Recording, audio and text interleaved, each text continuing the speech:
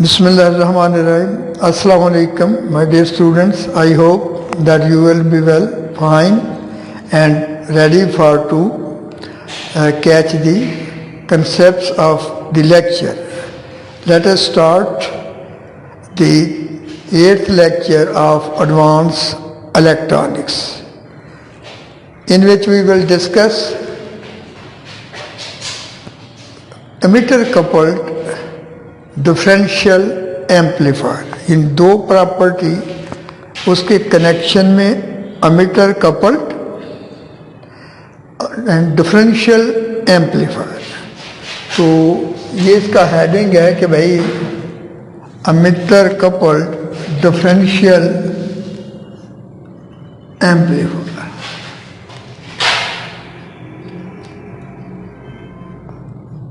Ammeter couple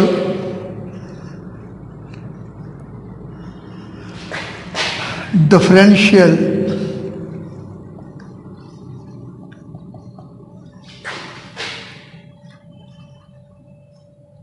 amplifier. तो अगर हम बेटा जी इस हेडिंग के दो पार्ट करेंगे तो अमीटर कपल्ड, इसका मतलब है कि there are two transistors which are coupled. Couple mean जोड़ा, और उनको कपल करना है। जिस तरह देखो ना, 3 टर्मिनल होते हैं, 3 लीड्स होती हैं ट्रांसिस्टर की, बेस, अमीटर, कलेक्टर। अगर हम दोनों के बेस को आपस में जोड़ें तो ज़ाहिर है उसका नाम होगा बेस कपल्ड। अगर कलेक्टर को आपस में कनेक्ट करें तो उसका नाम क्या होगा? Collector coupled. और अगर अमीटर को हम आपस में कनेक्ट करें तो उसका नाम होगा अमीटर कपल्ड।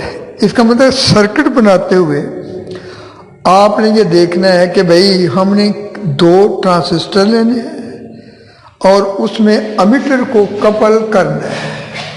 तो ये बेटा जी इसकी डायग्राम कुछ यूँ बनेगी कि ये हम 2 ट्रांसिस्टर आमने सामने रखेंगे।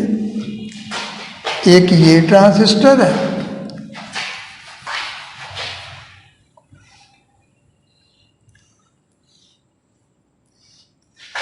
बिल्कुल इसके पैरेलल एक दूसरा ट्रांसिस्टर है,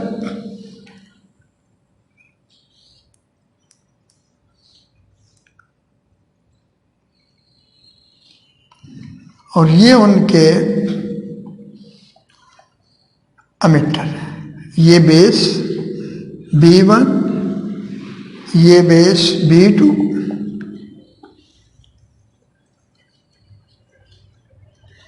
ये कलेक्टर C1, ये कलेक्टर C2, ये अमीटर E1, ये अमीटर E2। ये दोनों अमीटर जो हैं उनको आपस में आपने जोड़ लेना है, ये कपल हो गए। और जो अमीटर की रेजिस्टेंस होती है, ज़ाहिर है कि जो बेस की रेजिस्टेंस होगी सिंबल RB। कलेक्टर करंट को कंट्रोल करने के लिए जो कलेक्टर के सामने रेजिस्टेंस लगाएंगे RC, और जो अमीटर के सामने लगाएंगे उसको RE। और चूंकि हमने कपल कर लिया है इसलिए हम 2 की बजाय सिर्फ एक रेजिस्टेंस जो है वो इस्तेमाल करेंगे, ये। And this is known as RE। ये इसको ग्राउंड कर देंगे। ये चूंकि ग्राउंड ये कपल नहीं है, इन दोनों की हम रेजिस्टेंस अलग अलग लगाएंगे। ये आ गई, उसके बाद ये आ गई। इसका नाम रखेंगे RC1, यानी रेजिस्टेंस ऑफ कलेक्टर 1। इसका सिंबल R रेजिस्टेंस का, C कपल का यानी कलेक्टर का, और 2 उसका नंबर है। ये जो ट्रांसिस्टर है नंबर 1 है और वो जो ट्रांसिस्टर है नंबर 2 है। जो बैटरी होगी वो हम कहाँ लगाएंगे ऑपरेट करने के लिए? यहाँ जो होगी इनको पॉजिटिव टर्मिनल VCC और यहाँ उसका होगा नेगेटिव टर्मिनल VEE।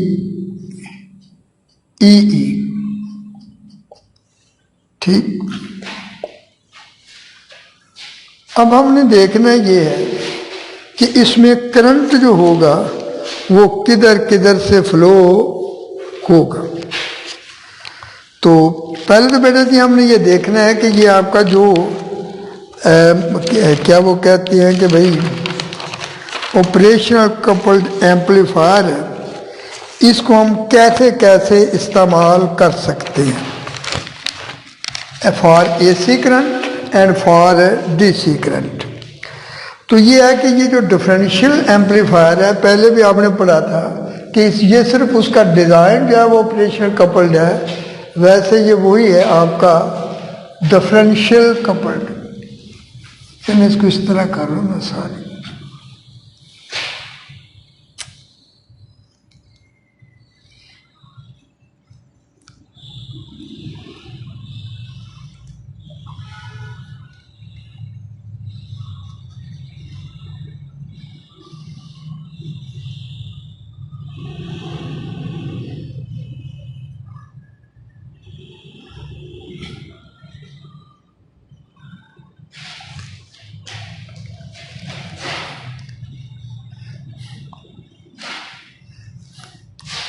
तो ये बेटा जी इसका सर्किट है और ये आपको पता है कि सबसे पॉपुलर और सबसे इम्पॉर्टेंट जो लॉजिक में और इलेक्ट्रॉनिक्स में सर्किट है, कभी हम इसको फ्लिप फ्लैप कह देते हैं, कभी हम इसको इन्वर्टर कह देते हैं, क्योंकि एक इन्वर्टर के तौर पर काम करेगा और एक यानी नॉन इन्वर्टर के तौर पर काम करेगा। तो ये हम कह लेंगे कि इसकी बेसिक ऑपरेशन जो है वो हम ये भी कर सकते हैं कि भाई इसको एक इनपुट दें, एक इसको या उसको, सिंगल इनपुट और डबल आउटपुट, क्योंकि ये जब कपल है तो ये सिग्नल दोनों को फीड होगा। तो बेशक इनपुट आप एक को दे रहे हैं, आउटपुट दोनों में शो होगी, C1 में भी और C इधर कुछ करंट इधर चला जाएगा, कुछ एमिटर 2 में चला जाएगा। इसको हम कहेंगे single ended input and double output, क्योंकि ये कपल्ड है। यहाँ से करंट चलेगा, एमिटर जो इलेक्ट्रॉन एमिट करेगा वो यहाँ से होते हुए इधर मूव करेंगे ऐसे सारे, यानी सर्किट जो होगा करंट दोनों में चलेगा, यानी इसमें ट्रांजिस्टर नंबर 1 में भी और ट्रांजिस्टर नंबर 2 में भी। तो ये ना समझे कि जब हमने ट्रांजिस्टर 1 को किया है, मतलब सिग्नल दिया और इसको हमने ग्राउंड किया है, तो वह सिर्फ ये चलेगा वो नहीं चलेगा, क्योंकि आपस में कपल्ड है, लिंक है उनका। तो किसी एक को आप इनपुट दे दें, बेशक इधर दे दें बेशक इधर दे दें, तो दोनों जो होंगे वो आउटपुट देंगे। हाँ अलबत्ता इधर से दोगे तो इन फेस आएगी, उधर से दोगे तो आउट फेस जाएगी, क्योंकि एक एज एक्ट करता है नॉन इन्वर्टिंग एम्पलीफायर और दूसरा एक्ट करता है एज एन इन्वर्टिंग एम्पलीफायर, लेकिन देंगे दोनों। इस ऑपरेशन को हम ये कहेंगे कि single ended. If an input is applied to either input with the other input connected to the ground, जब एक को देंगे इधर, बी को इनपुट देंगे तो B2 को ग्राउंड कर देंगे, B2 को इनपुट देंगे तो इसको हम ग्राउंड कर देंगे। लेकिन जब हम किसी भी एक को इनपुट देंगे तो हमें दो आउटपुट हासिल हो जाएगी। If the input signal is applied to either input with the other input connected to ground, the operation is referred to as single-ended. Single-ended तो ये आ जाएगा। इसके बाद डबल एंडेड, अगर हम दोनों तरफ सिग्नल अप्लाई करेंगे, इसको हम कहेंगे डबल एंडेड। क्या कहेंगे जी? Double ended input operation.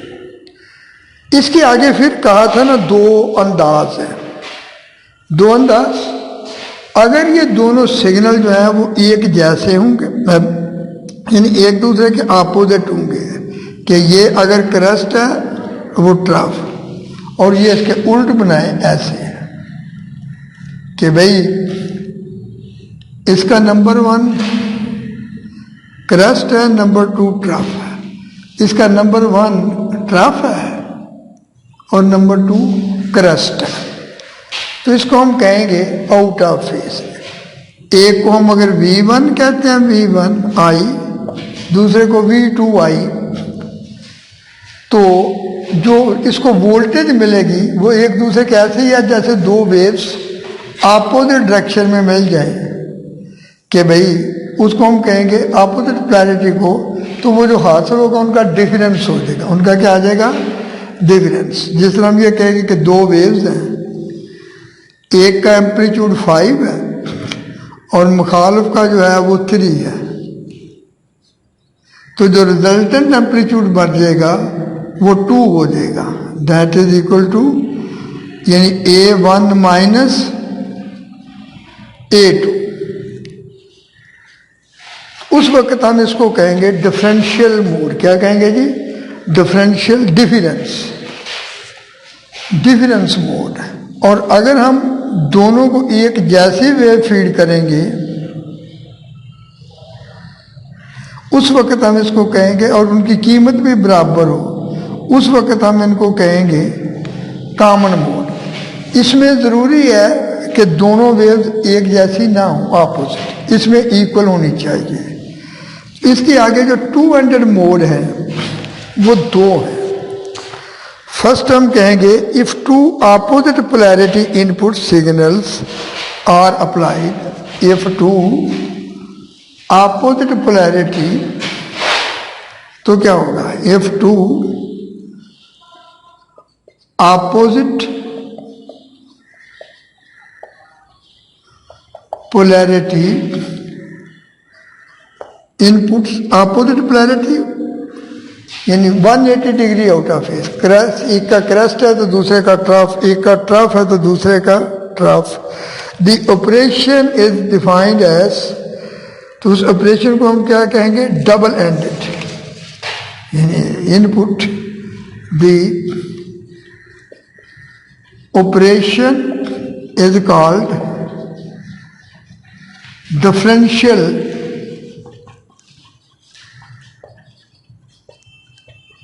two-ended operation। यानी ये लिखा है क्या जी?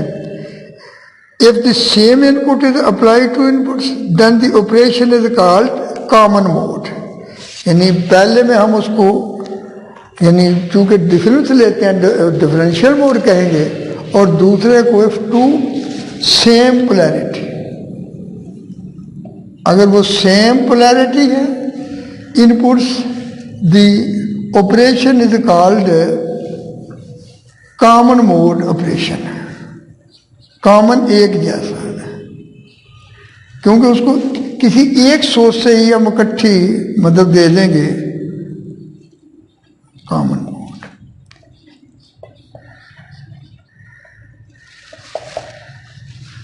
ऑपरेशन, इसमें हम ये होगा कि अब हमने इनकी थोड़ी थोड़ी जो है वो पढ़नी है एक्सप्लेनेशन, कि हम कहेंगे कि इन सिंगल जो है मतलब single handed operation is signal input, यानी ये single input is signal is applied, however due to the common emitter connection the input signal operates both transistors resulting in output from both collectors. कि वो जो होगा, पहले में हमने ये कहा था कि बिल्कुल उसको किसी एक को भी जब हम सिग्नल देंगे, चूंकि वो आपस में कपल्ड है, उनका मीटर कॉमन है, वो करंट दोनों में फ्लो करेगा और हमें दोनों जो है वो अपनी अपनी वोल्टेज यहाँ VO1 क्योंकि इसमें जो वोल्टेज है वो हम कलेक्टर से हासिल करते हैं। ये ग्राउंडेड है, ये इनपुट है और वो आउटपुट है।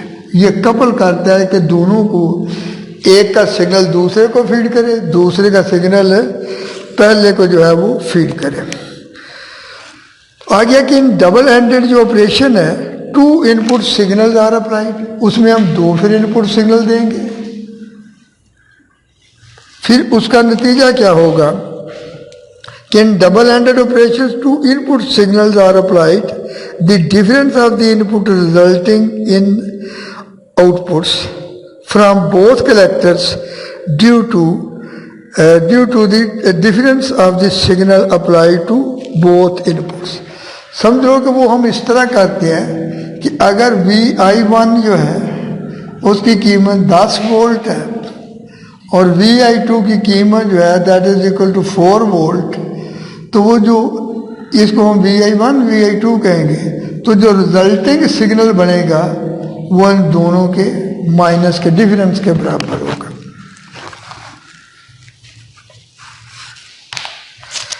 हाँ जी, इन कॉमन मोड ऑपरेशन में हम क्या करते हैं, the common input signal results in opposite signal at each collector. अच्छा, वो पता जीरो क्यों होता है, यानी ये सिग्नल जो हम आउटपुट हासिल करते हैं वो यहाँ एक इधर से आती है, एक इधर से आती है, और यहाँ जो है इनके दरमियान ये जो टर्मिनल है हम आउटपुट लेते हैं। अगर वो इधर से आए तो एक 2 वेव्स आ रही हैं, आपको पता है कि एक इन्वर्ट करता है, दूसरा इन्वर्ट नहीं करता, और दोनों जो होती हैं वो फिर अपोजिट हो जाती हैं। अगर इधर से इस तरह की वेव आएगी तो दूसरी तरफ से जो वेव आएगी, ये देखो इधर से ये वेव आ रही है, तो उधर से जो वेव आएगी वो इस तरह होगी ऐसे, और जब इस दरमियान में आके वो इकट्ठी होंगी, यहाँ आउटपुट रिजल्टेंट आउटपुट लेना है, ये VO1 आ रहा है, ये VO2, और ये उनका रिजल्टेंट बनेगा। यहाँ एक लीड लगाएंगे जिसमें वो रिजल्टेंट आउटपुट जो होगा हासिल होगा। तो यहाँ चूंकि वो अपोजिट फेज है तो नेट जो रिजल्ट Vout होगा वो VO1 माइनस VO2, और चूंकि वो इक्वल और अपोजिट है तो नेट क्या हो जाएगा, 0। याद रखो कि जो आउटपुट है वो हमने यहाँ से हासिल करनी है, और एक इन्वर्टिंग और नॉन इन्वर्टिंग और एक इन्वर्टिंग। इसका मतलब है कि दोनों वोल्टेज जो आएंगी, एक इन फेज होगी, एक आउट ऑफ फेज होगी, तो वो जब आपस में उनका डिफरेंस लेने की कोशिश करेंगे, यहाँ वो इकट्ठी करेंगे, तो उनका नेट जो होगा दैट विल बिकम 0। लेकिन ये आइडियल ट्रांजिस्टर के लिए है। प्रैक्टिकली देखा गया है कि कभी भी ये कुछ रेजिस्टेंस का बेशक बराबर, आपको पता ना इसमें भी वेरिएशन होती है। इलेक्ट्रॉनिक रेजिस्टेंस 100% नहीं होती, उसमें आपको पता टॉलरेंस होती है, एक रेंज होती है, तो ये कभी भी 100% मैच नहीं करती और ना अंदरूनी रेजिस्टेंस है, इसलिए हमेशा इसमें थोड़ा सा फर्क होता है। और प्रैक्टिकली कॉमन मोड कभी एग्जैक्टली 0 नहीं होता, बल्कि थोड़ी सी कीमत हासिल होती है, स्मॉल सिग्नल जो है वो हमें हासिल होता है, जिसकी वजह से कुछ डिस्टर्बेंस पैदा होती है, फिर हम उसको कैंसिल करने का इंतज़ाम करते हैं। क्योंकि पता था कि आइडियल में तो हमने सिर्फ थेटिकली देखा है कि आउटपुट कॉमन में 0 होगा रिजल्टेंट, लेकिन प्रैक्टिकली इसकी स्मॉल कीमत होगी थोड़ी सी, जो कि हमने कंसीडर करनी है, फिर उसको रिमूव करने की कोशिश करनी है। तो ये था कि in common mode operation the common input, common mean same, एक हमने सोर्स लेना है और उसी से दोनों को वोल्टेज जो है वो सप्लाई करनी है। कॉमन, ये जो है इनपुट सोर्स हम कॉमन कर देते हैं, इधर से भी वही आता है, उधर से भी वही वोल्टेज आती है, लेकिन देखिए एक तरफ प्लस और एक तरफ माइनस, तो वो ज़ाहिर जब ये प्लस होगा उधर माइनस, उधर प्लस होगा इधर माइनस। इसका मतलब है कि एक उसमें हमेशा जो है वो अपोजिट पोलैरिटी में होंगे और वो फिर उसको जब दोबारा अपोजिट पोलैरिटी में आएंगे तो आगे कैंसल कर देंगे। इसलिए हमने इसका नाम रखा कॉमन मोड, यानी इनपुट कॉमन है दोनों की, उसमें सोर्स अलग नहीं है। जब हम डिफरेंशियल होता है तो इधर अलग इनपुट का सोर्स होता है, उधर इनपुट का सोर्स अलग होता है। लेकिन कॉमन में एक ही सोर्स जो है वो दोनों तरफ एक जैसा सिग्नल जो है वो आइडियली ऑपरेट करवाता है। तो हम कहेंगे कि in common mode operation the common input signal results in opposite signal, एक इधर पॉजिटिव और उधर अपोजिट एट ईच कलेक्टर, यानी कलेक्टर पर भी फिर हमें अपोजिट सिग्नल हासिल होंगे। तो इसमें क्या होगा कि हाँ जी, तो opposite each other these signal cancel so that the resulting output signal is zero. As a practical matter, the opposite signal do not completely cancel and a small signal जो है ना रिजल्टेंट वो अपीयर होता है। ठीक, तो ammeter coupled, the main feature of the ammeter couple is the, इसकी जो मेन इसकी जो इसकी है ना खसूसियत, अगर कहना कि राइट क्वेश्चन शॉर्ट में कि राइट मेन या इम्पॉर्टेंट कैरेक्टरिस्टिक्स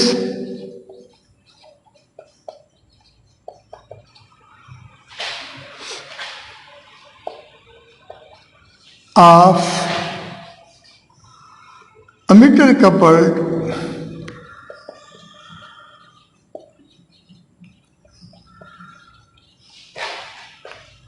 ऑपरेशनल एम्पलीफायर। तो इसका ये है कि सबसे बड़ी है कि इट गिव्स वेरी हाई, यानी हम ये कहेंगे कि हाँ जी, very large gain when opposite signals are applied to the input, यानी gives very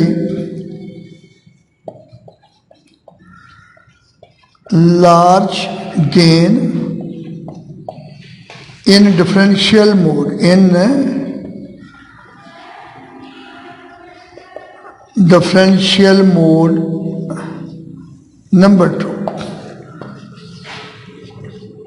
It gives very small gain in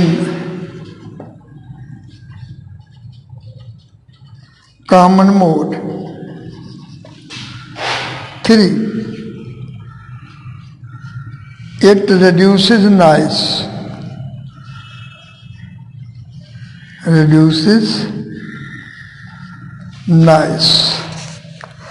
और हम ये कहेंगे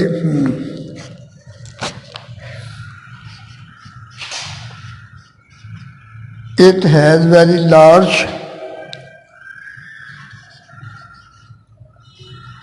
very high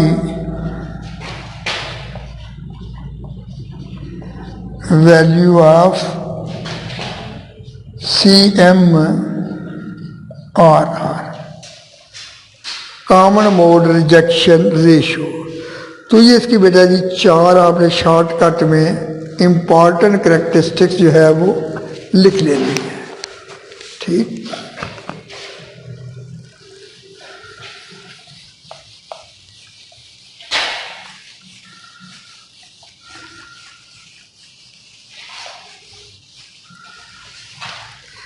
अब हमने देखना है कि इसकी डीसी बायसिंग, किसको हम डीसी बायसिंग के कितनी कितनी डीसी वोल्टेज की ज़रूरत है।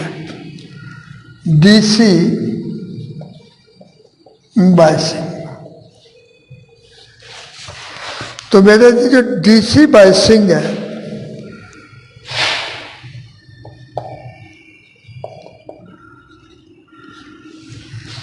उसमें हमने ये कहना है कि भाई let first consider the DC biasing operation of the circuit in figure यानी कह ले AC inputs obtained from voltage source, यानी वो जो है यानी DC वोल्ट। हाँ जी, तो इसमें हमने ये कहना है कि the DC voltage at each input is essentially connected to earth, कि जो इसका DC वोल्टेज है वो हमने ज़ीरो रखनी है, और ज़ीरो रखने के लिए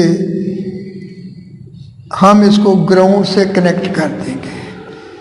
ये भी ज़ीरो आ गया और इसको भी ज़ीरो करना, यानी इसका मतलब कि दोनों के बेस जो है they should be grounded or earth. Earth, ये भी अर्थ, क्योंकि अर्थ का पोटेंशियल जो है that is always taken as zero. The DC voltage at each end is connected to zero as shown in the figure. तो ये आपको बता दिया गया। वोल्टेज एट कह लें यानी 0 volt, the common emitter DC biasing is, तो ये कॉमन एमिटर DC बायसिंग है ये। अब बेटा जी इसमें फिर क्या होगा कि ये जो करंट होगा, कितना करंट, इसमें जो करंट आएगा IE, इधर जो करंट आएगा उसका नाम रखेंगे IB1। यहाँ इसकी जो इंटरनल रेजिस्टेंस होगी इसके अंदर, इस आपको पता है कि ये ट्रांजिस्टर जो है ये अगर हम इस तरह रखें ऐसे, एमिटर बेस कलेक्टर, तो यहाँ डिप्लीशन रीजन बनती है। क्योंकि ये फॉरवर्ड बायस में होता है और इसकी जो रेजिस्टेंस होती है उसको हम R रखेंगे, इंटरनल रेजिस्टेंस ऑफ 1। तो उसकी के जो होती है ना वोल्टेज यहाँ जो पैदा होती है that is equal to 0.7 volt, और अंदर इसके जो रेजिस्टेंस होगी उसका नाम रखेंगे RI1। इन बैरूनी सिग्नल का रेजिस्टर का सिंबल कैपिटल R होता है और अंदरूनी का स्मॉल r। तो ये R resistor internal resistance, I जो है वो कह ले कि इनपुट, और नंबर 1 ये इसको ऐसा भी कह ले R1, यानी इंटरनल रेजिस्टेंस ऑफ ट्रांजिस्टर 1। इधर जो होगी दैट इज इंटरनल रेजिस्टेंस को क्या नाम देंगे R2। तो बेटा जी ये R1 हो गई, ये R2 हो गई, इसके करंट को IB, और यहाँ जो वोल्टेज पैदा होगी एमिटर पे उसकी कीमत कितनी होती है आपको पता है, उसका हम नाम रखेंगे VE, and that is equal to, इधर से आ गई 0, इधर पैदा हुई that is equal to 0.7 volt. उसकी कीमत क्या होगी 0. वो किस वजह से है, यहाँ जो बेस और इसके दरमियान एमिटर के दरमियान है डिप्लीशन रीजन है, जिसकी वोल्टेज जो है दैट इज हमने VBE से डिनोट करें अगर, तो वो that is equal to 0.7 volt, उसी को हमने वोल्टेज ऑफ एमिटर कहना है। तो VBE, तो इधर से भी जो होगी वोल्टेज आ रहा है इस तरह आएगा। अब इसमें करंट, इधर जो करंट आएगा, करंट बैटरी लगी हुई है उसको कहेंगे IC, IC1, IC2, और यहाँ जो करंट आएगा फिर इधर that is known as IB1 plus IB2। ये टोटल IE है, आधा इधर से आएगा आधा इधर से, इधर से जो आएगा फिर हम कहेंगे IE/2, और इधर से जो आएगा उसकी कीमत भी क्या होगी IE/2 एमिटर करंट। दोनों मीटर करंट मिलकर जो टोटल बनेगा आधा ये आएगा आधा ये, that is known as RE। तो ये बेटा जी अब हम देखें कि इसकी इक्वेशन VE की इक्वेशन हम कैसे निकालेंगे कि यहाँ से वो करंट चला गया तो 0 वोल्टेज, यहाँ से उसने हासिल की 0.7 वोल्ट, तो जो VE की कीमत आ गई, और ये प्लस में नहीं होगी माइनस में, क्योंकि ये आगे रुकावट है। या हम इस तरह कर लेंगे, 0 दोनों एंड के दरमियान जो फर्क है, 0 माइनस कह लेंगे VBE, and that is equal to 0 minus 0.7। तो VE की कीमत जो हमने निकाली दैट इज 0 माइनस 0.7 वोल्ट। ठीक, तो ये बेटा जी इसकी कीमत आ जाएगी। अब हमने ये देखना है कि इसमें IE की कीमत कैसे निकालेंगे। अगर यहाँ वोल्टेज है VE दोनों मीटरों की और नीचे ये VEE है, तो ज़ाहिर है कि जो आएगा करंट वो किसके इक्वल होगा, जो करंट IE होगा वही V1 माइनस V2, इसका और इसका पोटेंशियल डिफरेंस डिवाइडेड बाई ये, तो आ जाएगा VE minus VEE divided by RE। ये इसका जो वोल्टेज करंट आ जाएगा। तो दैट इज इक्वल टू, और ये इधर टर्मिनल पॉजिटिव नहीं है बल्कि नेगेटिव है, माइनस माइनस VEE, तो ये पॉजिटिव हो जाएगी और कीमत आ जाएगी VEE minus VE divided by RE। तो ये इसकी वोल्टेज आ गई, दैट इज इक्वल टू, इसकी कीमत हमें मालूम है कितनी है, ये कीमत 0.7 वोल्ट और डिवाइडेड बाई RE। ये बेटा IE करंट की कीमत आ गई। अब IC कितना होगा, आपको पता है कि जो इसके लिए होता है ना रेशियो, मतलब जनरल इक्वेशन जो होती है ट्रांजिस्टर की, यानी basic current equation of a transistor, तो होता है IE is equal to IB plus IC। लेकिन एज IB जो है वो निगलिजिबल है, वो माइक्रो एम्पेयर में तो तकरीबन 0 होता है, तो फिर हम कहेंगे कि IE is nearly equal to IC।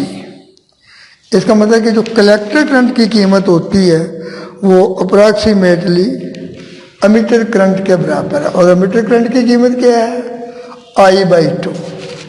तो लिहाजा हम ये कहेंगे कि IC1 इक्वल टू IC2, चूँकि उनके एमिटर करंट बराबर हैं तो लिहाजा वो बिल्कुल मैच करते हैं कि जैसे उनके कलेक्टर करंट भी बराबर होंगे, और दोनों की कीमत जो होगी that is IE/2।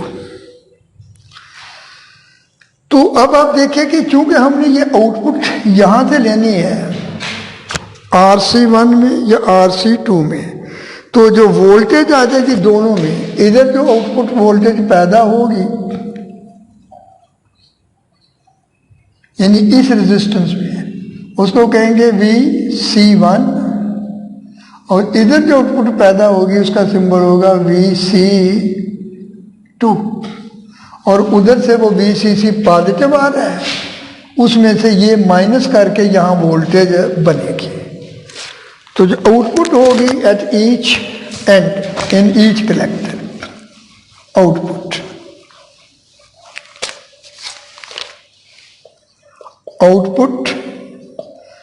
In each collector. तो वो देखिए बेटा वोल्टेज का हिसाब रखें कि यहाँ VCC चला, इतनी खर्च हो गई, और यहाँ आके जो बची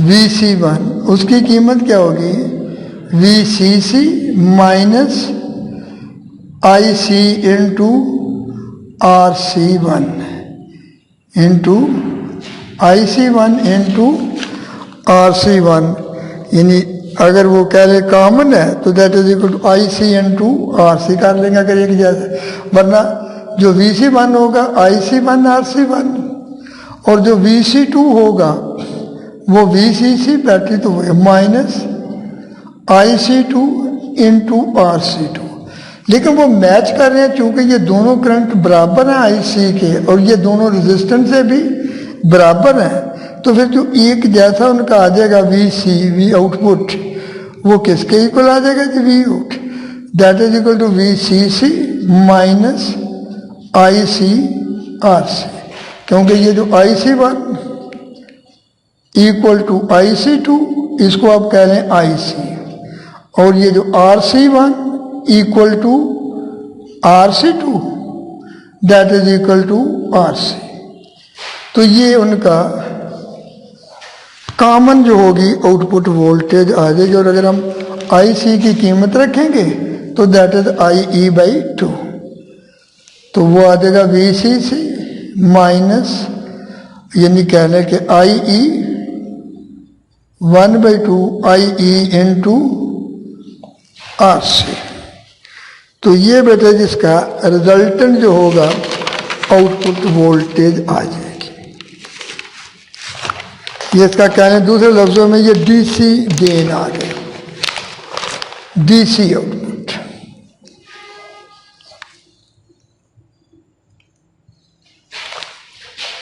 अब हम AC की तरफ आते हैं कि ये AC सिग्नल को कैसे ऑपरेट करेगा।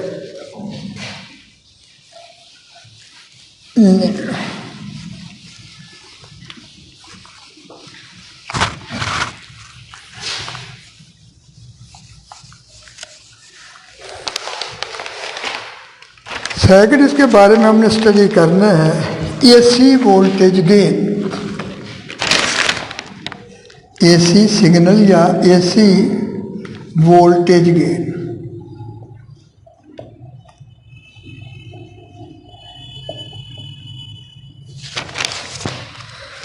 अब हमने कहना है कि दी मेन इसका feature of differential AC gain जो है वो बेटा, अच्छा to calculate the single end, single हो या डबल वो गेन का फार्मूला एक ही आएगा। फर्ज करें कि हम इधर ये एक को ग्राउंड कर देते हैं और एक एंड पे हम सिग्नल प्रोवाइड कर देते हैं, ये सिग्नल यानी सिग्नल सोर्स एक एंड ग्राउंड हो गया। अब इसमें हमने ये देखना है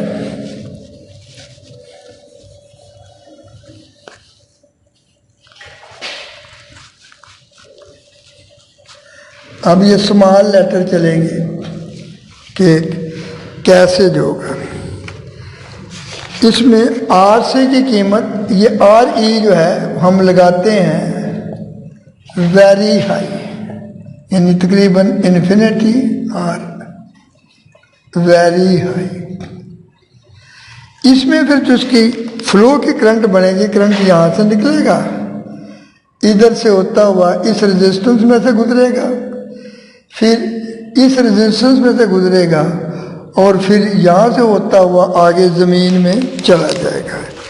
यानी इसकी जो शॉर्टकट है वो इस तरह बनेगा कि भाई ऐसे यहाँ तक कि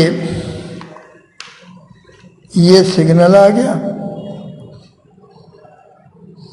ये उसका बेस है, यहाँ से होता हुआ यहाँ इंटरनल रेजिस्टेंस से गुजरेगा, उसके बाद ये इधर से कुछ नीचे ये चूंकि वेरी हाई है इधर करंट नहीं जाएगा, बल्कि वो करंट इधर से आगे चला जाएगा और उस रेजिस्टेंस में से गुजर के यहाँ से तो फिर वो ग्राउंड में जाएगा, यानी ये इस इंटरनल रेजिस्टेंस में से गुजरेगा and then goes to earth.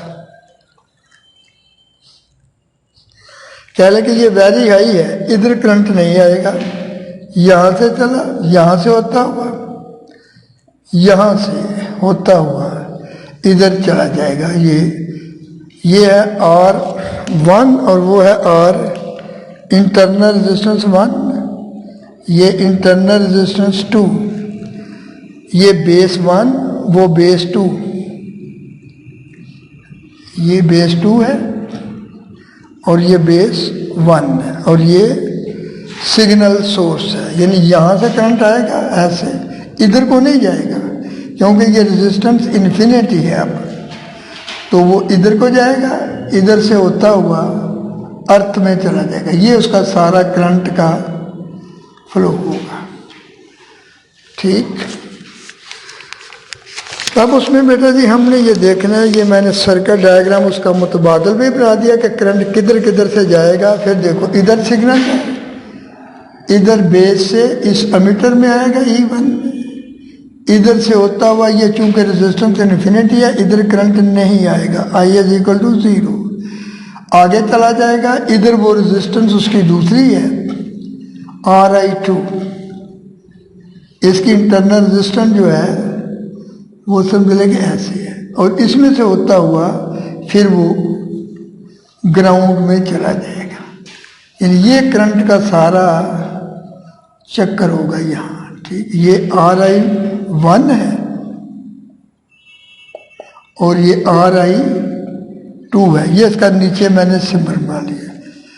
Ri1 इधर नहीं करंट नहीं जाना बल्कि इधर से वो जाता हुआ उधर जो है वो ज़मीन में चला जाएगा, ऐसे जो होगा वो करंट का बहाव इसमें जारी रहेगा। ठीक, चलो ये बेशक शो कर दे इन्फिनिटी, लेकिन करंट इधर नहीं जाएगा, करंट उधर ही जाएगा।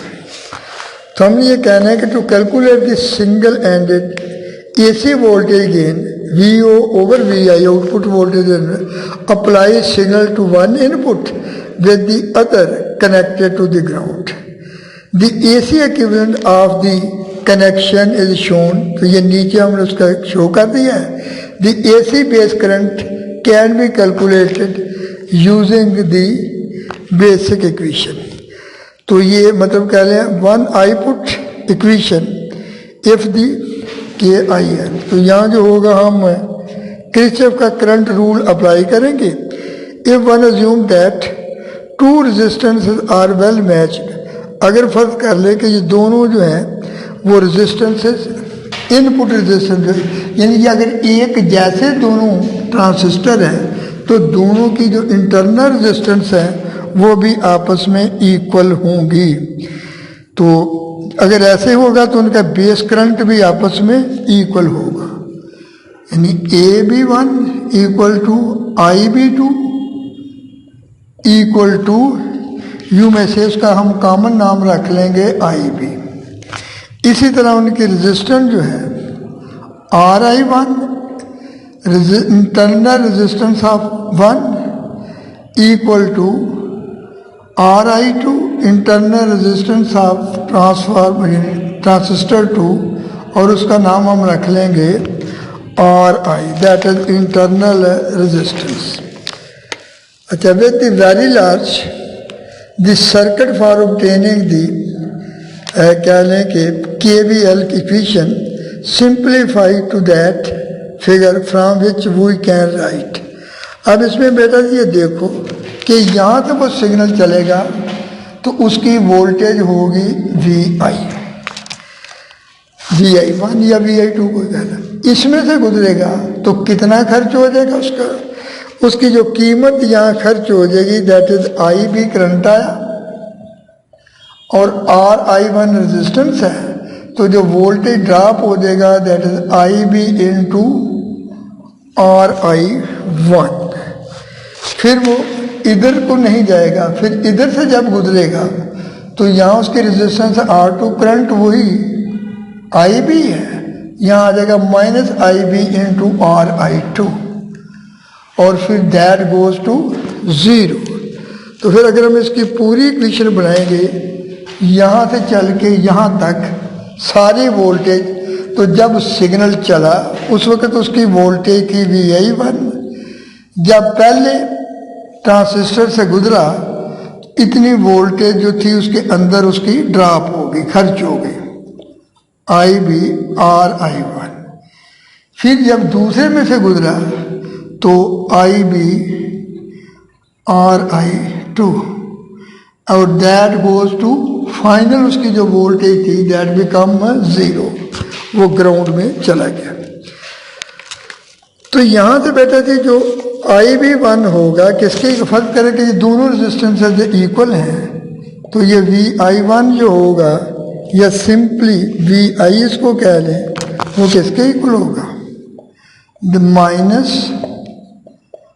आई B into R I plus minus फिर I B into R I, क्योंकि R1 और R2 दोनों हमने बराबर लिए हैं और वो आर है, यानी हमने कहना है कि as R I 1 is equal to both transistors are identical, तो फिर यहाँ इक्वल टू 0।